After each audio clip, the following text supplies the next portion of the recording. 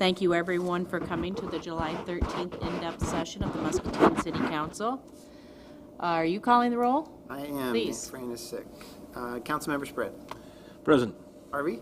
Present. Bynum. Present. Saucedo. Present. Natfig.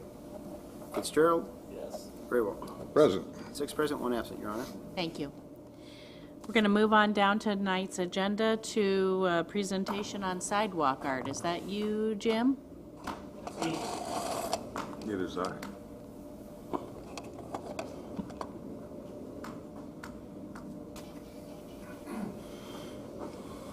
Mayor, Council, I wouldn't call it so much sidewalk art as I would call it sidewalk poetry. I believe a brief historical lesson is in order here, so humor me if you all have got this. Last year, on a conditional basis, the council approved doing some sidewalk poetry with the sidewalk program, the new sidewalk that was put in.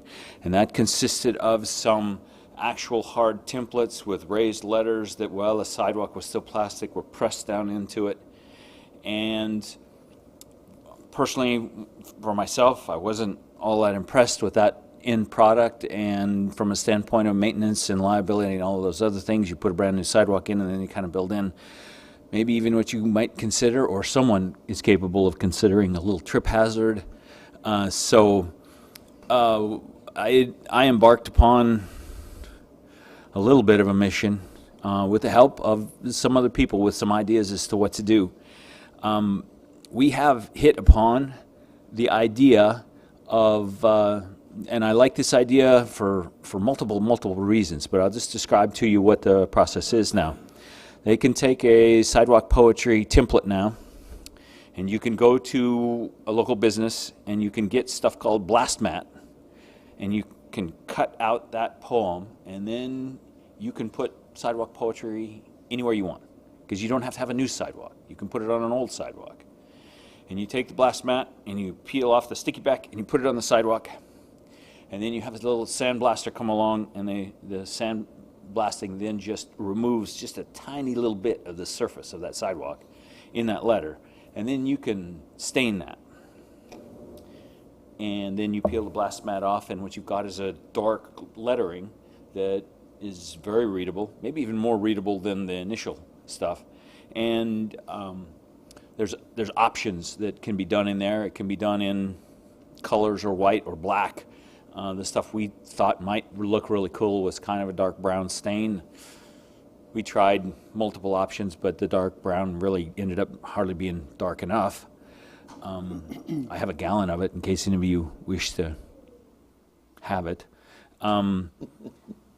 But that process allows the sidewalk poetry people to do it completely on their own, and I think that is a good thing, instead of them being handcuffed with having to go where there's new sidewalk going in or anything or things like that. But this is all about the fact that now that we've gone through that history lesson and where we are with that methodology of how you would do it, they have gone through that process again for this year and have selected 5. There we go. I got my prompter out in the audience here. 5 poems, and they have asked to put them at 5 different locations. One in front of the old library, one kind of in front of City Hall, or kind of where the buses load there. One on Pearl Plaza, one in front of the Museum of History and Industry Center, and one on the corner of 2nd and Iowa, somewhere there, and I'm not exactly sure where that is, but in general, those are the locations that they have requested to put this new product out there. I certainly would request that the council agree to that, but I didn't want to just make that request without at least reminding you of the history of what we've gone through and exactly what this quote-unquote new product is. If you have any questions, comments, concerns, I would try to answer them. If you have any for the sidewalk poetry people, Dave Alice is here. You can perhaps respond to it. Are they going to need to get a request, turn in a request to the city for approval for further locations? That, in essence, is what this is. Or, Well, I mean, is it just, you can't just go out and do your own sidewalk? right. They would be limited to bringing you something similar to this every year and saying, we'd like to do it here, here, here, here, subject to the approval limitations of the council as to whether it would be appropriate locations or not. How deep is the etching? The etching that we found, we experimented with different depths on the test that we did, and we found that the stuff that I thought looked the best and several of the others thought looked the best, it is just removal of that thin little set cream top on it. It's almost no thickness whatsoever. Less than an eighth of an inch for sure. 16th, So maybe, it perhaps. eliminates the tripping hazard. It eliminates the tripping hazard, it eliminates the concern with water sitting in there and freezing, and it also eliminates the concern about some of the fine points, like the peaks on the M's and the peaks that stick down on the W's. Right. You know, this just comes to a real thin little V like that, you know, skateboards might bust all of those off and everything else. So it eliminates, as far as I can tell, almost every concern that we had about it. Mr. Jim, how long will Yes, sir. it last? Well, to me, that's the great thing. Let's say it lasts 5 years, and then it starts to fade. You keep the, You can go out, well, you could just, Stencil? you can just, well, you don't even need the stencil, you can just go out and restain it. okay, you don't need the stencil. Yeah. You would never get the stencil back in the same. Once that stencil is on and then you peel it back, it's pretty much a one-time. The other thing that's a real positive about it is that I don't remember, Dave, what you guys spent on those first original stencils, but it was a considerable amount of money, over $2,000?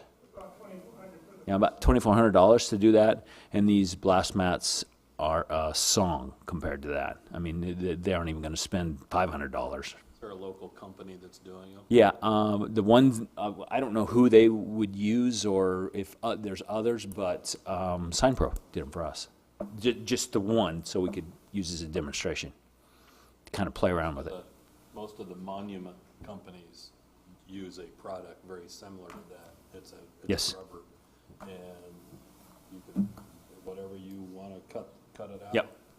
Yep. Peel that out, And it's- sandblast it. It's surprisingly robust. You can sandblast right around the edges of that, and it works. And it to me is a win-win. I mean, it took care of all of the concerns that we had about that program with those imprints, and it's something that can be done. I hate to even say this, but it's also something that relatively easily can be undone.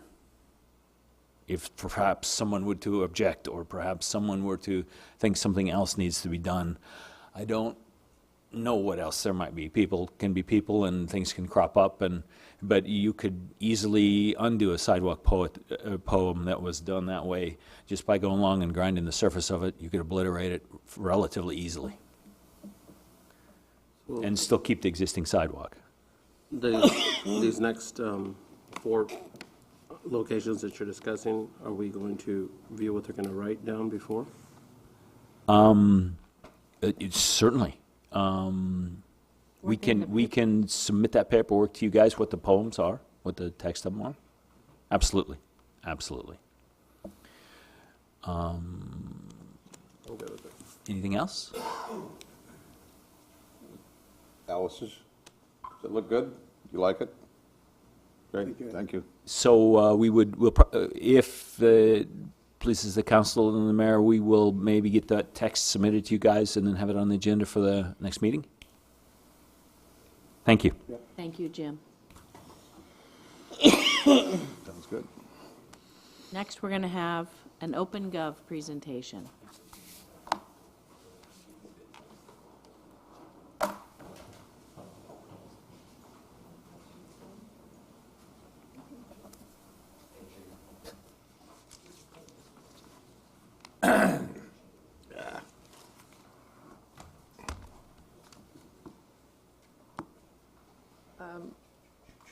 Little history on the OpenGov. That was added to the budget back in March, and we were able to fast track it. They let us have the contract. It's effective July 1, but they let us go ahead and set it up this current fiscal year. We had the contract was approved at the April 20th meeting. We had the kickoff meeting over the phone with the OpenGov people on May 11th. And after that, we uploaded a lot of information into the system. The on-site training was June 13th and 14th, right at a month ago. And 2 people from OpenGov were down here from California to help us get everything set up. We have a OpenGov project team, and that's who's here tonight. Leanna McCullough, the accounting supervisor from my office. Matt Wendt, he's our accountant. John Krusenstein, I think you know him. And Kevin Jennison, who's our communications manager, and he's helped us promote and market it so far. And we're gonna, he's gonna have some more efforts in that too.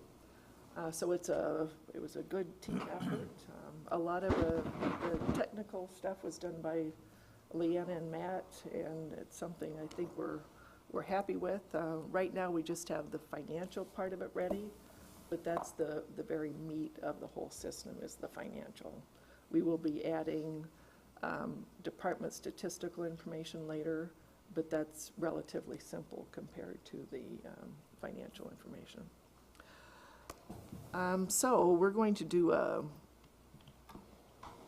Leanna's going to navigate the screen, and I'm going to do the narrative, and Matt and John are going to assist you if as needed in kind of following along with us on OpenGov. So the OpenGov can be accessed from the city's website, and that's muscatineiowa.gov.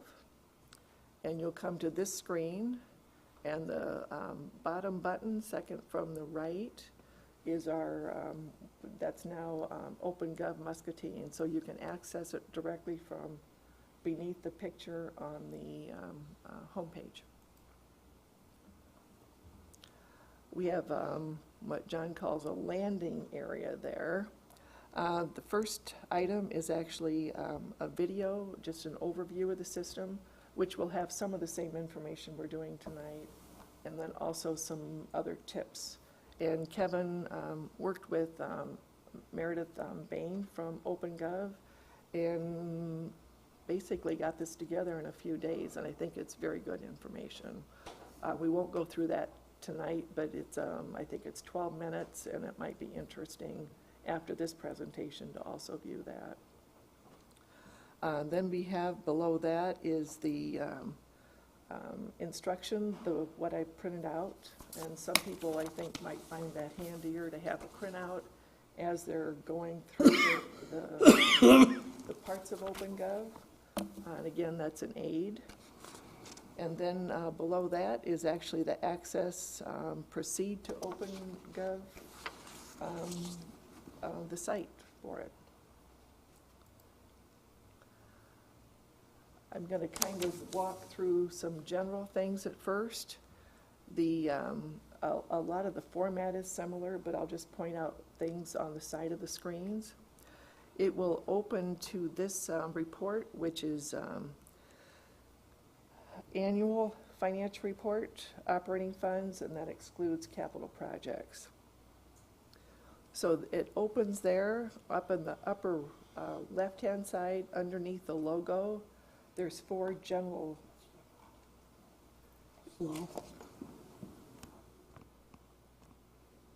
I'll proceed, and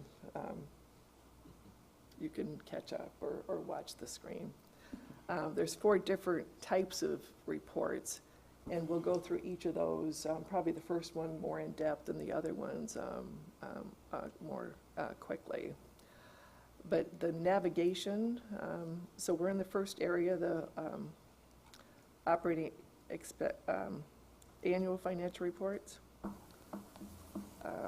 All of the financial data in the first 3 areas have 5 years of actual information, the current year-to-date expenditures or revenues, the current year budget, and the next year's budget, the FY18.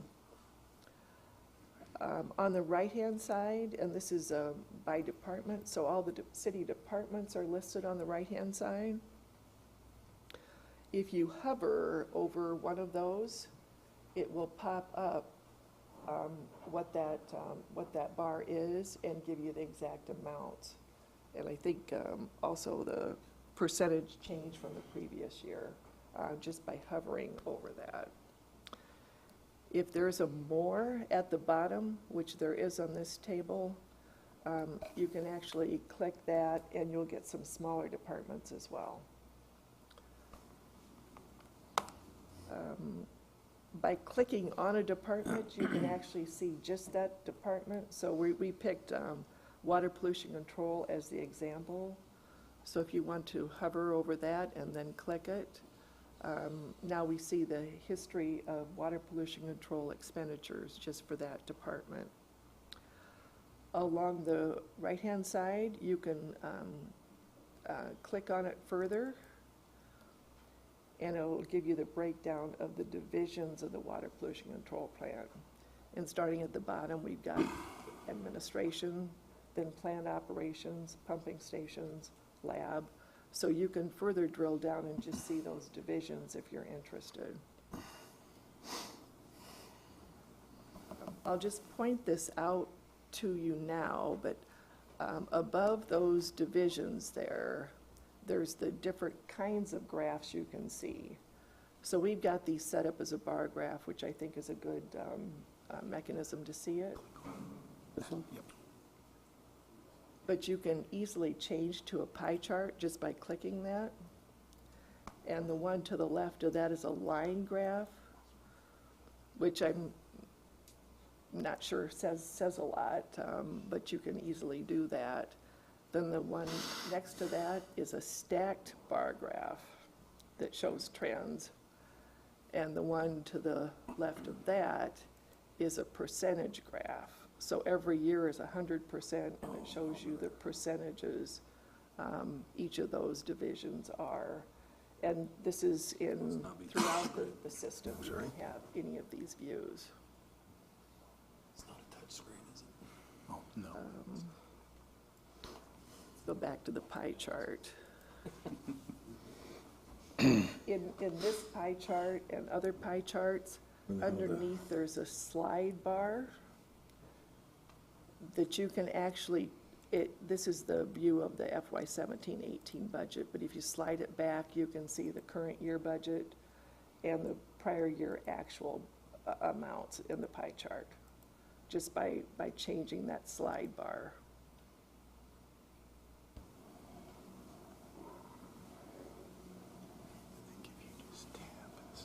The other thing I want to point out is that if you scroll down, and this is on every chart in OpenGov, the data that rolls up into the chart is all below the line. So you can see the actual numbers down there. And then the other thing I think I'm going to point out here, towards the top left, there are two buttons. One says back and one says reset. The back will take you to the previous view, and you could click back as many times as you want. If you got too far and want to go back and see just water pollution control in total, you can go back.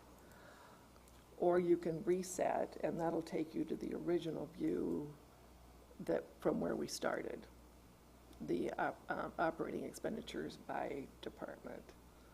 So it's very easy to navigate. You can go as far as you want. You can always go back and just reset it and start over. So that's the general overview of the setup of OpenGov. And it's similar for most of the reports. The buttons are similar, the layout is similar. So if we actually start looking at the data for this annual financial report, below that, with the slide bar, we've selected 13 preset views, that data in 13 different ways. And that's kind of our choice. We wanted to give a variety of things that are available. You can also determine your own views if you want, but we want to just go through the common things that I think council would be interested in. The first view, and that's right there, it's operating expenses by type. It's a pie chart. This one, instead of having the information by department, it has it by type, whether it's personal services, commodities, contractual services, debt service. So it's the same total amounts, just different categories. The next view is that same by type. Thank you. Whoops. There we go. Oh, yeah. One of these is what we're looking at.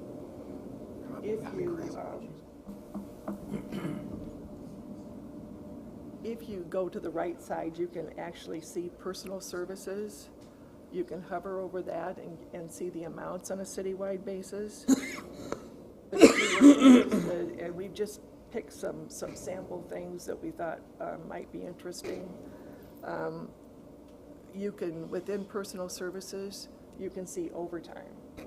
So if you click on overtime, that's citywide overtime history. And there's a little breakout there. There's a little bit of part-time overtime. Most of it is full-time overtime. But again, it's powerful. It can get you that kind of detailed information on an entity-wide basis. Let's go back and let's pick pensions instead of overtime. And here there's various categories. We can, FICA, IPERS, police and fire pension. If we just pick police or fire pension, you can see the trend in police pension for the last 5 years and the current year and projected budget. A lot of that variation is due to the change in the contribution rates for each respective year. And so there's numerous things you can do inquiries on. We won't do too many of them tonight, but I just in practicing under commodities, you can drill down and get how much we paid for diesel fuel, how much we paid for regular gas citywide. So there's a lot of things you can do just by clicking and drilling down.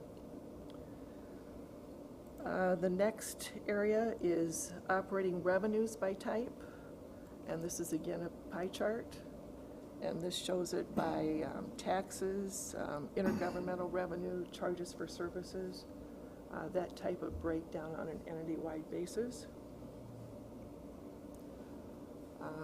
The view after that is that same information in the bar chart, and an example here is one of the categories is fines and forfeits. So if we hover over that, we can see that and then click on it. That's the various total of fines the city has. If we drill down, the last one is, it's at red light cameras. It's actually all the ATEs. That's our history of revenue from the automatic traffic enforcement cameras. Let's go back. We can also pick parking fines and get the history of parking fines.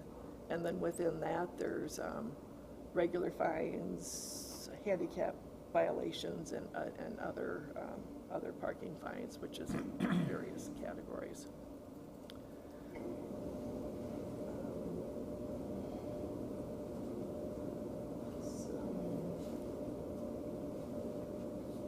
I think the next one is operating revenues by department. And the first one is a pie chart, and it shows whether it's public works, water pollution control plant, solid waste. The next one is that same information in on a bar chart. The example we've picked here is if you go into solid waste, and then within solid waste, you can pick either refuse collection, landfill, or transfer station, and get the expenditure trends for any of those. So if we want to pick refuse collection. And the lower, it's hard to read the labels up there, but that's only 11 months of the year, and we also do accruals at year end. So we don't think it's really that low. It's just as of May, and we won't actually update, finalize and close out the current FY 16-17 till probably the end of August. And then we can see the actual results for the year.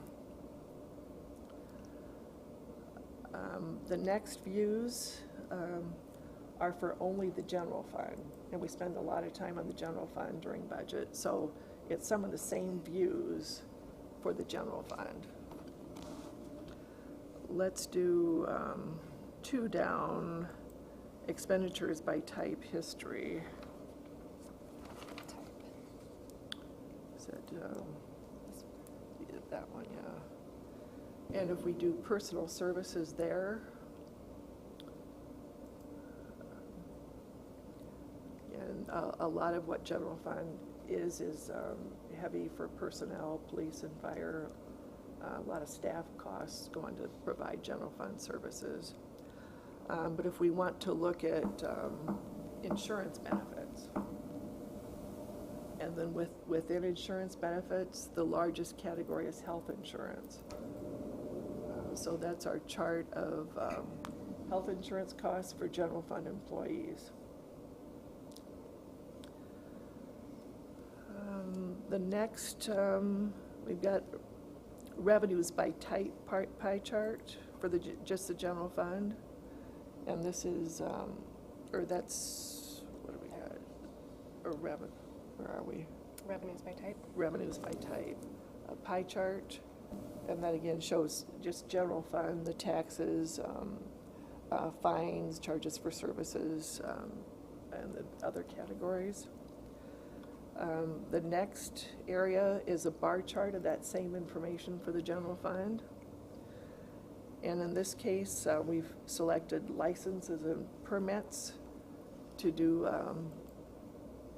to drill down into.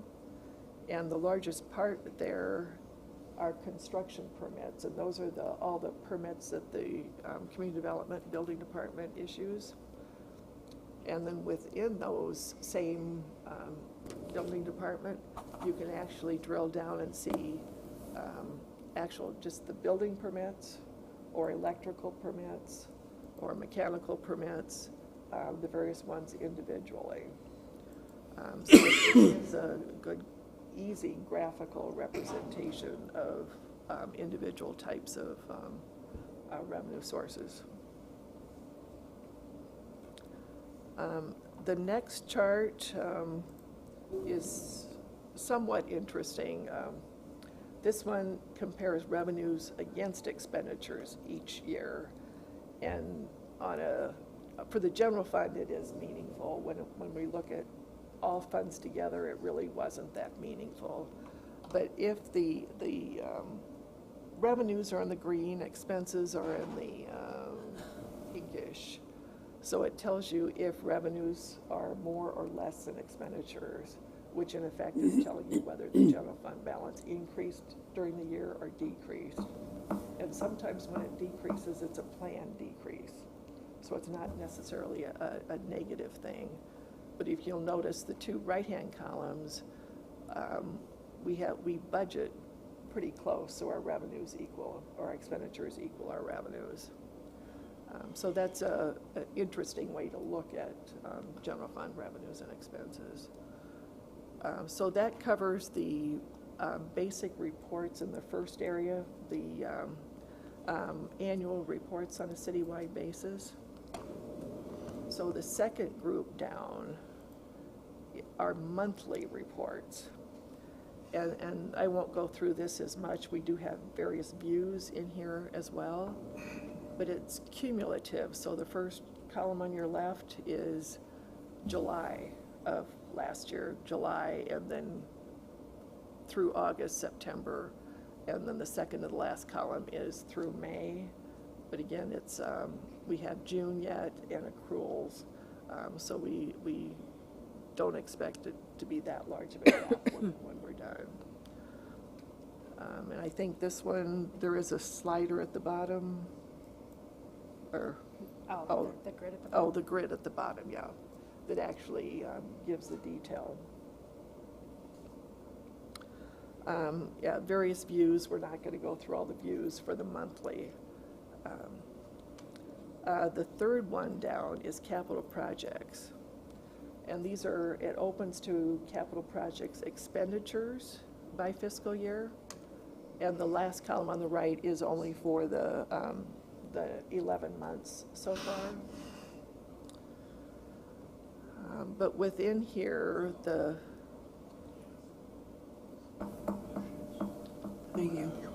options on the right are departments. So if you click on Public Works, which is the largest one in the light blue, it gives you a total of the Public Works capital projects for the last 5 years and this year to date. You can further click on that and pick if you want to just see street projects. And then with street projects, you can actually hover over each section to see what project it was, because some of those span multiple years, and occasionally there's one that's just 1 year. But one of the examples, we can pick just Cedar Street. And there was a couple years of preliminary work on Cedar, and then construction geared up, and then it was finally closed out last fiscal year. Similar for Colorado. 2 heavy years, and then just a little bit last year. If we want to go then to the ongoing pavement management program, and we do put a lot of money in that every year. That second year looks low though, and so we're able to explain it. If we go back and look for Harrison Street, when the city did the extension on Harrison Street, those funds were used for Harrison that year, kind of which redirected them from the pavement management program. But again, we do a lot of street projects each year, and to be able to kind of hover and actually remember which projects were in what year is very interesting. So if we go back out of the street area and hit sewer projects, and again, the various projects are listed there. If we look at the West Hill Sewer, that's the largest. And that's going to be going on every year now through FY 2028. Some of the difference is that for the current contract, we broke it out into 3 phases to be done so much each fiscal year, rather than having a contract for a larger amount. So that's why the last 3 years that are shown there are smaller amounts.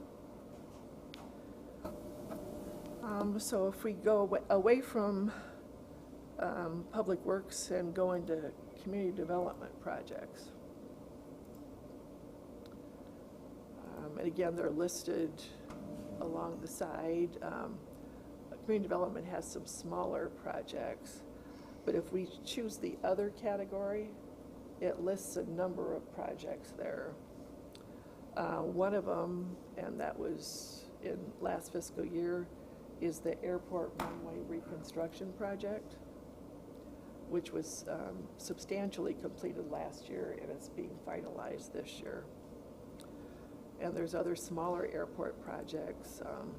We don't have to show them, but like the port study is under the community development projects, and if that is ongoing, that would show from year to year. So those are our examples under the capital projects expenses. We'll look at capital projects revenues by type next. And this one, probably if the intergovernmental revenue, the grants, that shows the grant funding for the projects. And then you can further break it down into state, federal, or local. That very large amount there is the 13 million from the state for the transfer of jurisdiction. Another example, under miscellaneous, one of the categories is bond proceeds. So if we narrow that down, we issue debt every other year for projects, and that clearly shows that in that chart. So those are the three areas that are directly connected to the ledger. The other, the last of the four items is open checkbook. And this is a little different in that we only have 3 full fiscal years, and those are the years on Springbrook software. We weren't able to bring over the payment by vendors from the old software to the current software. We reassigned vendor numbers, and it wasn't practical to do that. My brain went. We do plan on adding additional years as it becomes available.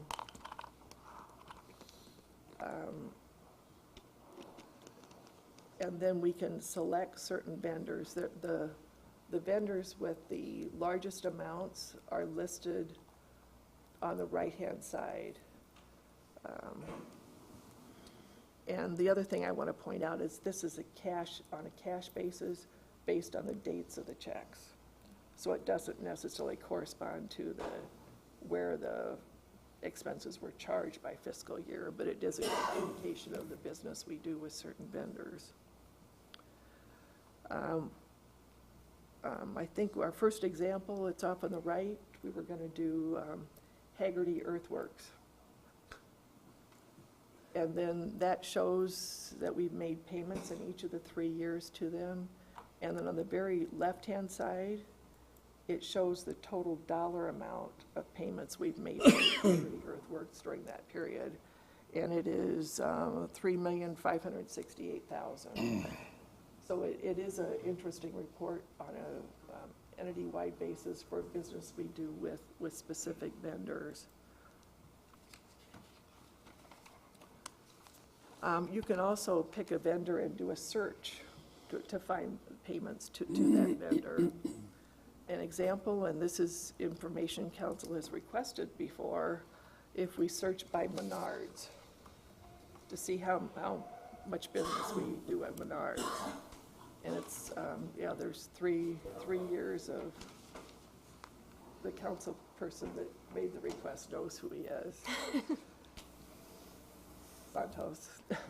Did not say anything. You were looking at Santos, but that's beside the point. So the last 2 years were about 65,000, and the year we just completed is about 79,000. We do make a lot of small purchases. Ours, 60,000? Yeah. If you consider that there aren't a lot of places to buy that type of material in Muscatine, and some of it includes maintenance for all the housing units. So this is entity-wide basis. So it's housing, water pollution control, public works, building and grounds, and some of, I don't think it's a significant amount, but the Long Dock Boat Project, they bought some of the lumber at Menards. So it is a popular vendor. There's a lot of smaller invoices in there, but the check amounts are actually listed below the graphs here. So who gets the 2% from the contractor card? Does that get rebated to the city? The 11% we reuse. They're required to turn in the 11% rebates. I know, but contractor card, which I assume that you're the vendor. We don't have a contractor card because we're multiple departments. So how do I go back to where you said that I could search that? So if I'm in the open book, how did you get to where you searched that? You can write it there. I did that, but it asked me to log in.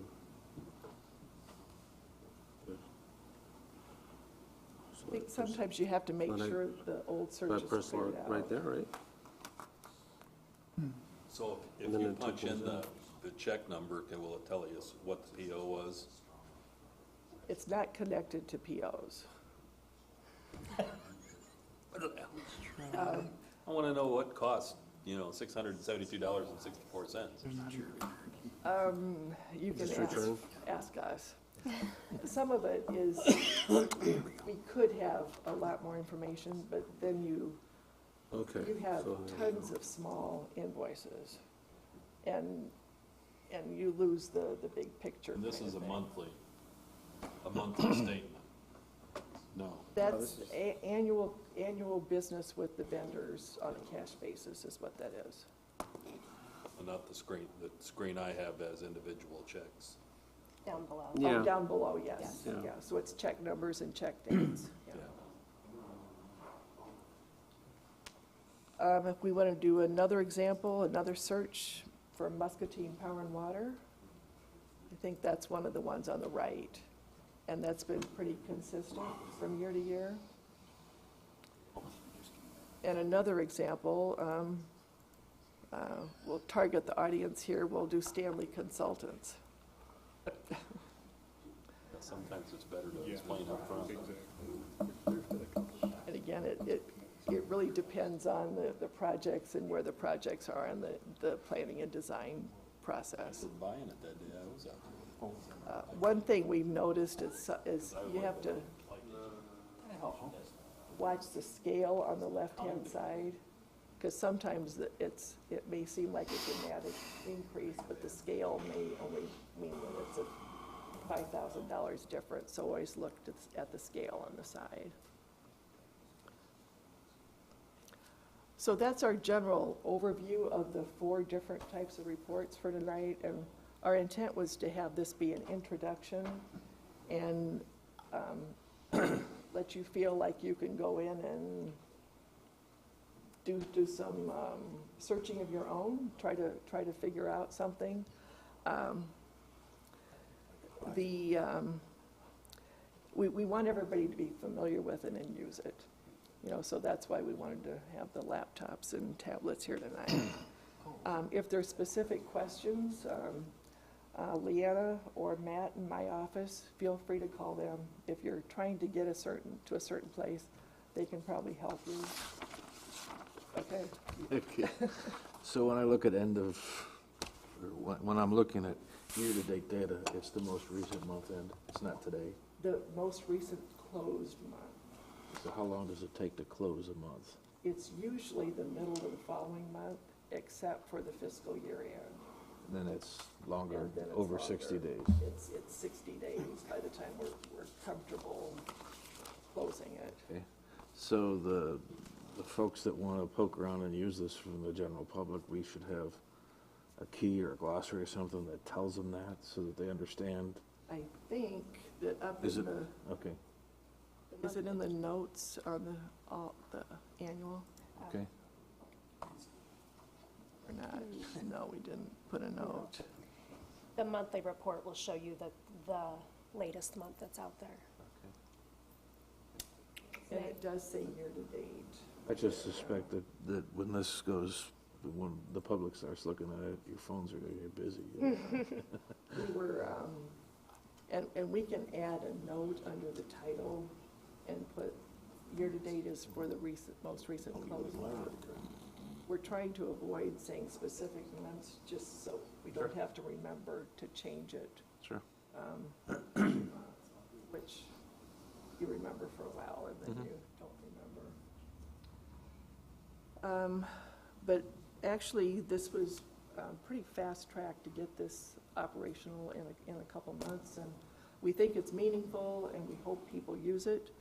I want to thank, we had 2 people from OpenGov here, Meredith Bain And she's been working the last couple days with Kevin, getting the video ready, and so I encourage you to all watch that.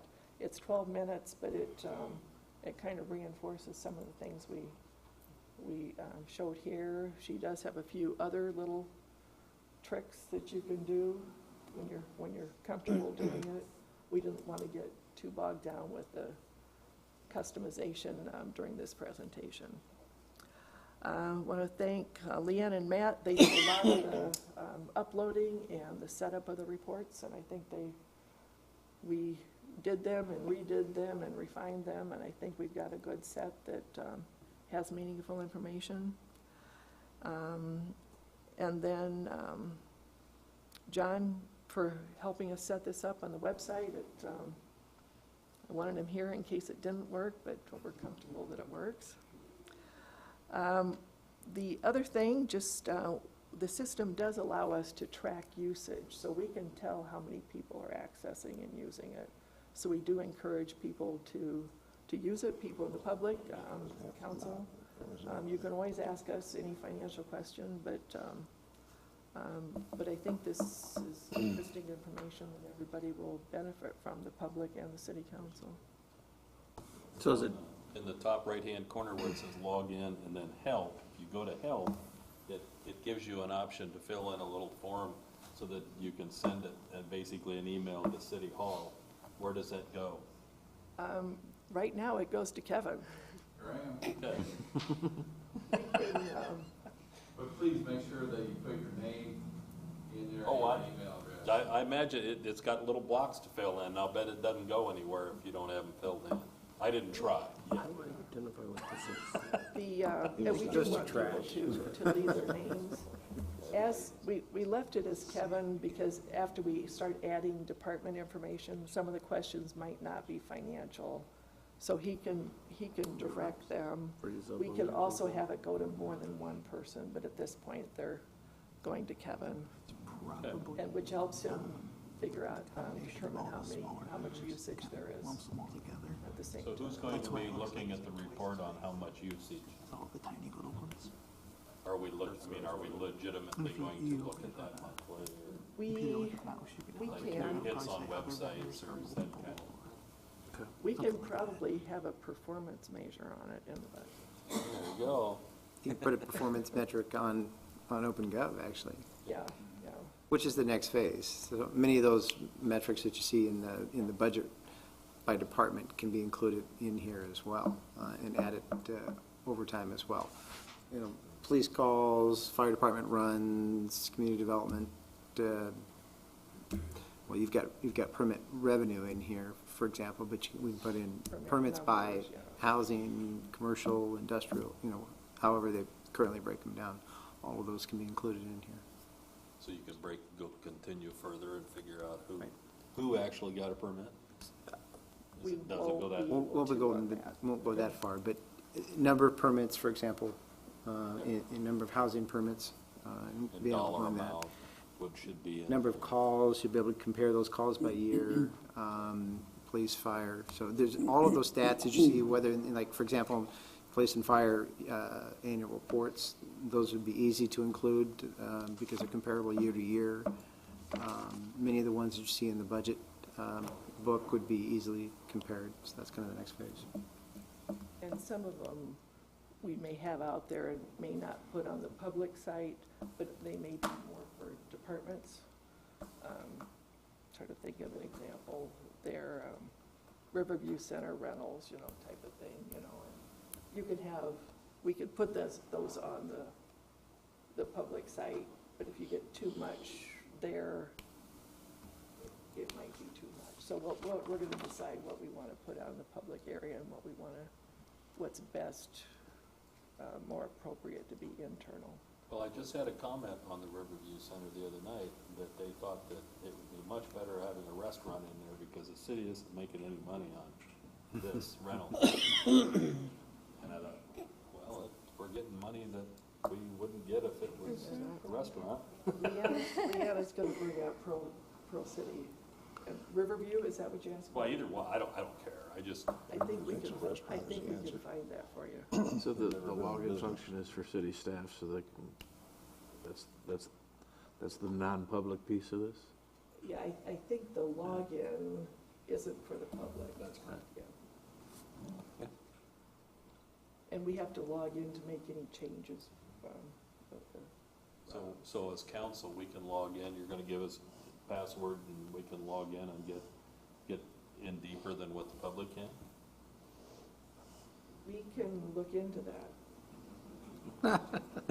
It's really the It's all input. about Then it's not transparent, I guess. It's really Transparent. yeah, but it's also the input of data, and I don't they want can input. we don't want to, we want to make sure people don't, and only certain people do input the data, whether it be by department, it's fire department, who's entering the data, or who's entering the financial Well, data. that ought to be able to be And creating protected those from, reports. The login is Right. what lets Right. you.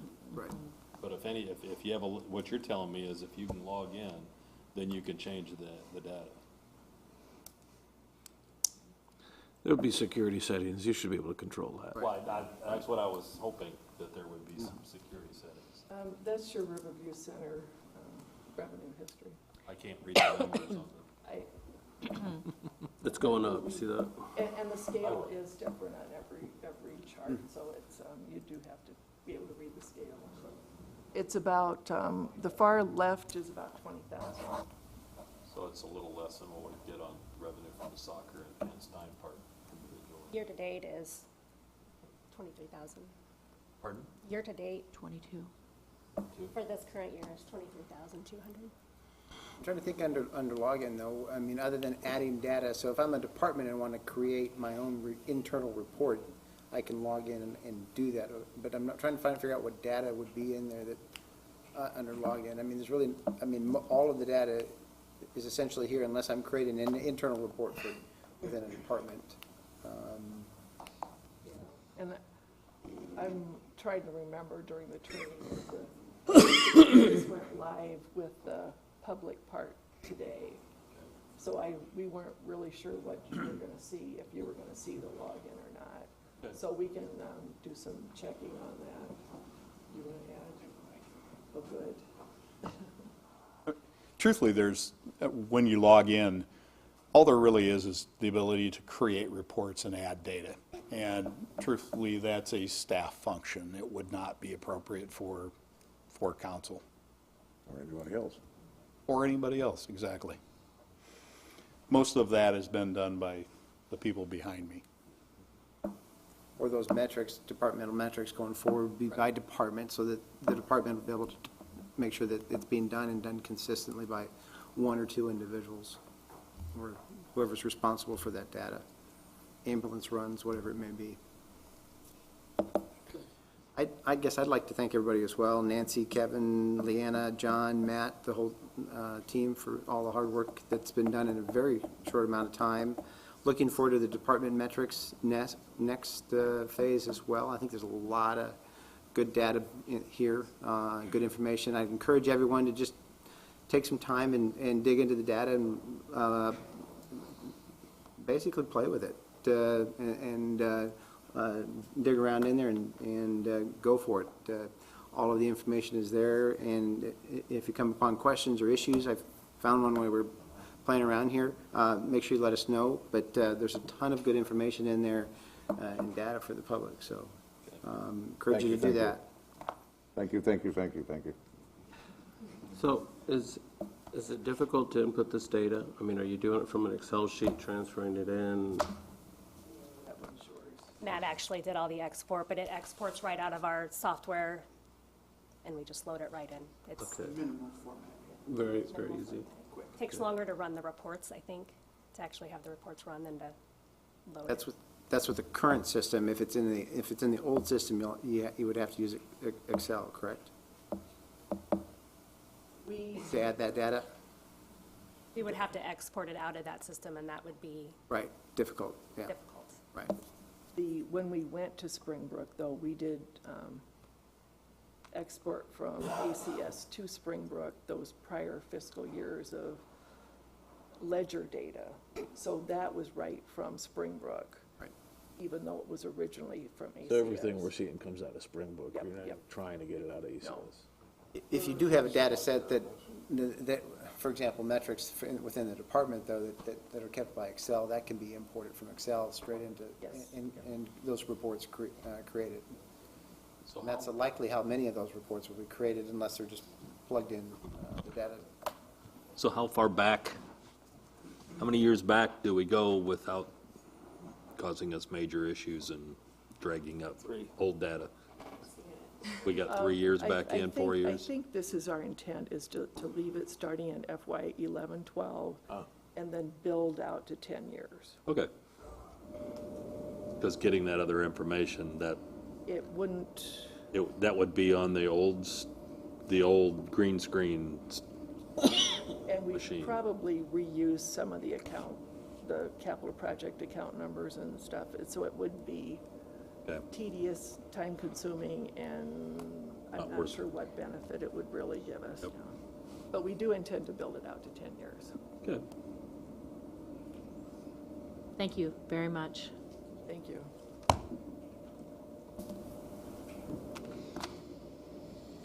If I may, I know it's been requested before, but when Leah and Nancy were flush with the rostrum, they were 3 feet from the microphone. And we just need a much longer gooseneck or something. When Jim's up there, he's got a crick in his neck leaning into it. And when short people are there, they have to stand on their tip, you know. What short people would you be talking about? For the want of a nail, we lost the shoe, and for want of the shoe, we lost the horse. Okay, we will. Thank you again. I think it's going to be so helpful for everyone. Councilman Spread, do you have anything to share tonight? Just a question. I drove past the corner of 5th and Mulberry on the way here, and I see barricades and bricks laying on the ground. What's the status, or what's going on? Or? We hope to have an update for you. We've been working on it today. I've spoken with the city attorney. We have 3 interested folks in the property. However, there's a process for to get title to the property as well. We've posted it, put barricades up. There's been a mason out to take a look at it as well. And so we've been working on it actually pretty significantly, made some good strides today, and hope to have an update for council. So what you're saying is it's not likely we're going to demolish the building, that it'll be rehabbed by some new owner? At this point in time, we've been contacted by 3 folks that are interested in rehabbing and maintaining the structure. 3, as of today. Who would issue a quitclaim deed or something if we don't have a title? Well, there's 2 processes. There are 2 tax certificates out on it right now. One expires in 2018, one in 2021.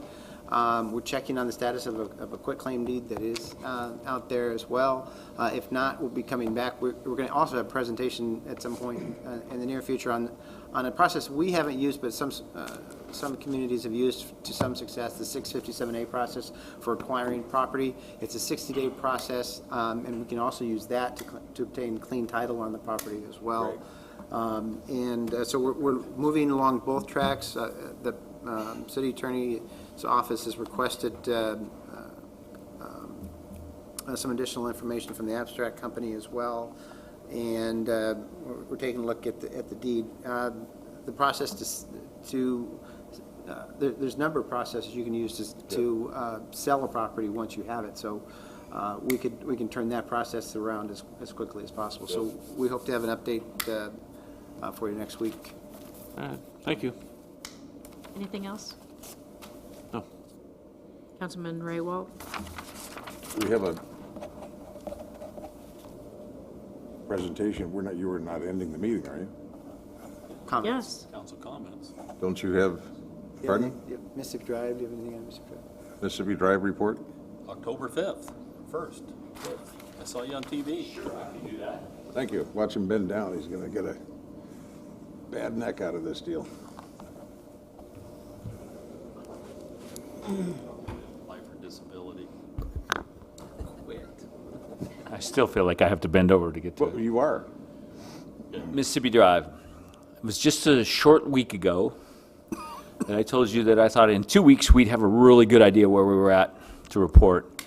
Weather has done us no favors last week. Last week was brutal.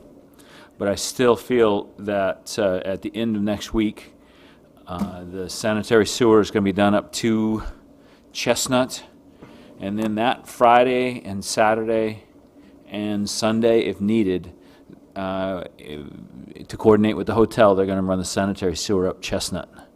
And if we can get there by the end of next week, that's a huge, huge, huge thing to have out of the way, because the rest of that work that's down there is no longer river level dependent or anything else. It's all work that can be done.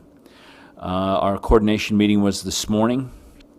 The schedule is always one of the things that gets discussed. The completion date that the contractor estimates now is, I said October 6th last week, and you add 7 days to that, and you end up at October 13th. That is the completion date. Honestly, I feel like if next week goes the way that I'm hoping that it goes, and the contractor is hoping it goes,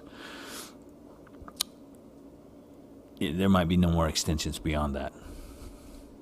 Jim, the block in front of where the two hotels are, Yes. that's still yet to be dug out Well, I mean, that's where they're putting the sanitary sewer in right now. right now? Okay. Right now. That is probably a fifth of the way to Chestnut. And one of the things you said, Councilman Raywalt, last week, and I didn't have a great answer for you, so my apology for that. But you said, can they use 2 crews and expedite that? With this delay and with the fact that we've rolled over and done the water main in that section while we were waiting and did a lot of the other work that we could mouse around the edges of it, so to speak, and do that work to keep them busy, the big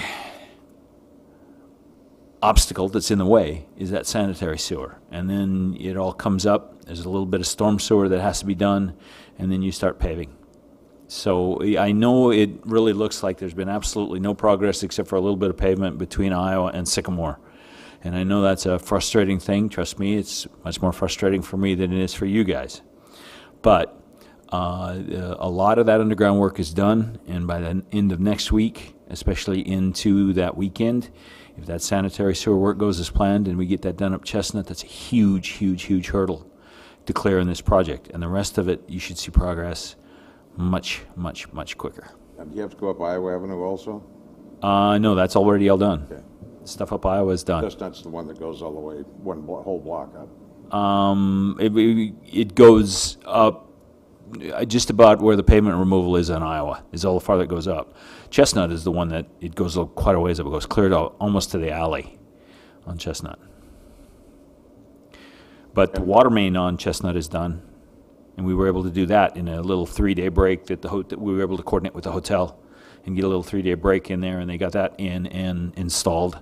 And with the sanitary sewer being put in this next little 3-day break that we've coordinated with them, then the only thing that's left to do for Chestnut when the hotel finally completes the masonry work, which we know is going to be late in the fall, hopefully that's when it gets completed, is that when that masonry work is done, then they drop the flag and say, we're done, then we have to get the paving done on Chestnut.